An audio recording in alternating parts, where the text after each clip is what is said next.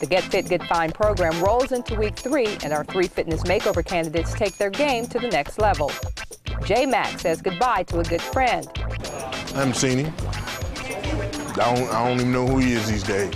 I see him on the street, I'm like, peace, man. Meredith has a new attitude.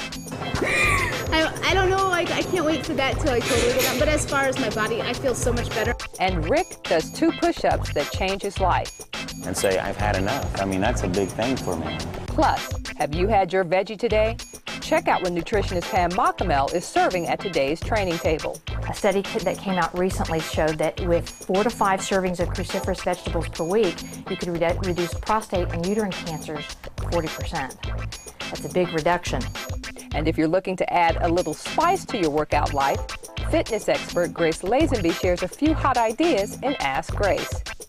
Then in Adventures with Georgia, it's an evening at the Improv for This Magazine entrepreneur. And I would welcome football or hockey or any of that other stuff. I fell on the ice playing hockey. Push me over next time. I don't care. Don't make me go do that again. And in today's winner's circle, Stacy throws caution to the seas and dives into the deep end. I just thought, you know what? I'll go ahead and do the whole thing. On today's America's Fitness Show. 3 weeks ago, you met 3 ordinary people with extraordinary will, except when it came to getting fit. J Mac, Rick the Stick, and Meredith are morning DJs in their first trimester of the 12-week Get Fit, Get Fine program, and things are just starting to heat up. These workouts here, though, have been so, I mean, I don't think they could be more perfect, because I get home, my muscles feel just perfect, and the next day I could still feel it, but it's not hurting or anything. And, you know, it used to be like I'd lift so much I'd shake, you know, and I couldn't hold a pen, and now it's just, I need a trainer. She's the first voice you hear in the morning and the last one you'll hear when the B104.3's morning show signs off at 10 a.m. Monday through Friday. Oh, but here's this big, you know, 36-pack. Oh, please, that's horrible, Sheree. She's got pizzazz and flirt, and she's bringing it all to her new fitness program. Like usually every day I come in here, I'm so excited, and I was excited, but if I have a hard day or I'm tired, I get worried, but I still get through, and it just feels so good to make, you know, keep going and keep it, you know, continuous and not miss a day, you know. Or if you miss a day, it's okay, but just keep it consistent. She dishes out the dirt and isn't afraid to share her own challenges, something that endears her to her listeners and gives her an edge at overcoming some of her fitness hurdles. I need to do what we're talking about when you go in somebody's house, your man's house, and you find stuff that you really didn't want to see. Right. What's your name? Lormy?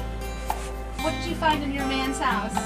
Definitely how I feel. You know, it's so funny, and I think that, you know, some things in life happen. You're fighting with one person, or something's not going right, but it's like the first time, like, my body actually really feels good, you know? Meredith has seen some small successes, but continues to work at overcoming one habit. Finally, I haven't been pigging out or anything anymore, and I feel like really on track. I'm just a little worried about stepping on this scale. And her nutritionist is working with her to help her ease some of her anxiety around food. You have these preconceived notions of what's good and what's bad, and I'm going to try to wipe those away and let your body tell you, what do I need? She's trying to get me to not be so obsessed, I think, with everything that I eat and thinking about what I eat. She's told me I'm not eating enough fat and not enough combinations, and that I'm too freaked out about what I eat, and to just start not even really thinking about it, but to have like a carb and a protein in every meal. And carbs could be fruits too, so, and a fat, which I never have fat. Everything, you know, I have is fat-free, which is probably worse because it's more sugar. Her commitment is to take it one day at a time, which isn't always easy when you're surrounded by a couple of guys who offer some delicious proposals. But as far as my body, I feel so much better, and we're not pigging out in the morning like we usually do. We're not going out and grabbing any like fast food we can, and we're helping each other out. Like Rick, the Stick yesterday, he got a bagel because he didn't eat anything. So there's this like place across the street from the station. He got a bagel.